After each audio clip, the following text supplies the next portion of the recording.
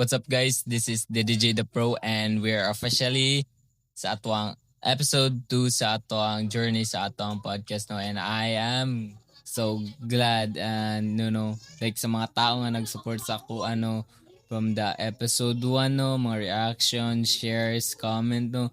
Well, I just wanna say thank you kayo guys no. Salamat kayo, salamat kayo sa iyong pagsuporta.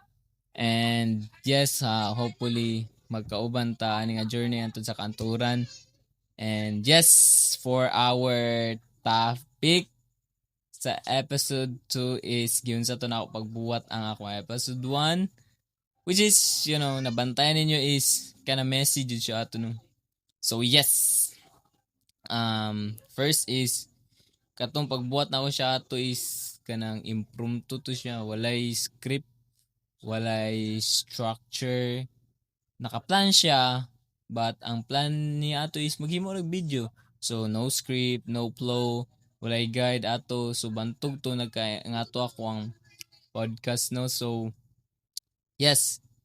And what I like bitaw ato about is kato paghimo ato kay ako ang confidence no. Like dako kay akong confidence gimo to na ako like without even the full chart, guidance no nga paasa padulong ako ang kwan, which is wala man yapon karon. Mo man akong gabuhaton like impromptu nga kwan kung mao ako ma-topic, mo to ang gusto i-topic, so mo to ang istoryahan. So good ba na o dili? I don't know. Well, pangutanan ako kung bola.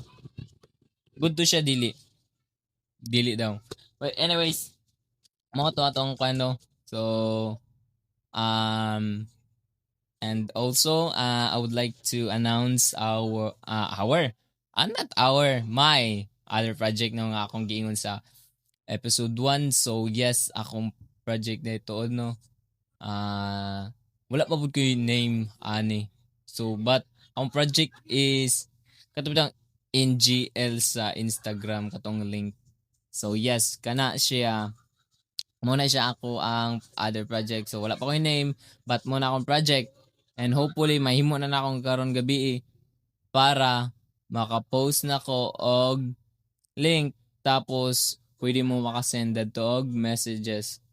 No? So like unsa mga pwede ani nga message? So like love letters sa inyong mga crushes, mga kaulit sa mga tao, mga unsa inyo gusto, mga rant, mga unsa pa na diya, mga confession, katulo imong experiences, kaupat, quote, and basta bisig unsa, mga pangutana nga wala na tubag, mga what if. So yes, pwede ra kay na dito ninyo ikuano sa post. Basta na nako every day or maybe every Friday no, kay napud ko schedule sa klase no. And yes, hopefully magka-yusa ta nga project no. And nagwonder mo if ngano ingana. Well, yes. Number one is to give entertainment sa people no. Pantog nagimo kay kog podcast to share my knowledge, to share my humor, my humor. Share. So magkwanta din sa internet. I hate to say that, but yes, kanang mag-give og entertainment sa mga people. And number 2 is to give chance nga ma-heard ang mga voices sa mga tao no, nga especially like dili kayo gakwan bitaw sa ilang feeling bitaw, like dili kayo anad nga pagawa sa ilang mga gibati no. So like dako ni siya og kwan kanang impact sa ila, kay which is kung mabasa nato ilang message nga inanakit, so at least magaan nila mga ilang gipang bati no. So yes, another is ganan lang ko mangilabot sa inyong mga kinabuhi.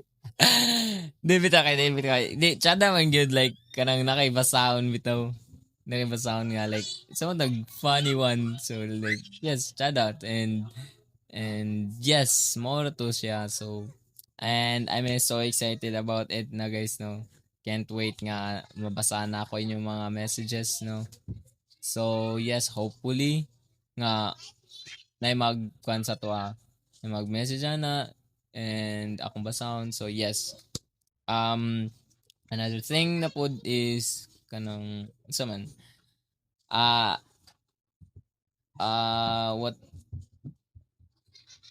what ah ah i u u ba bi bi bi bu bu. Well, wala na ko yung maistorya ba. I think maura to ang atong episode 2 ba.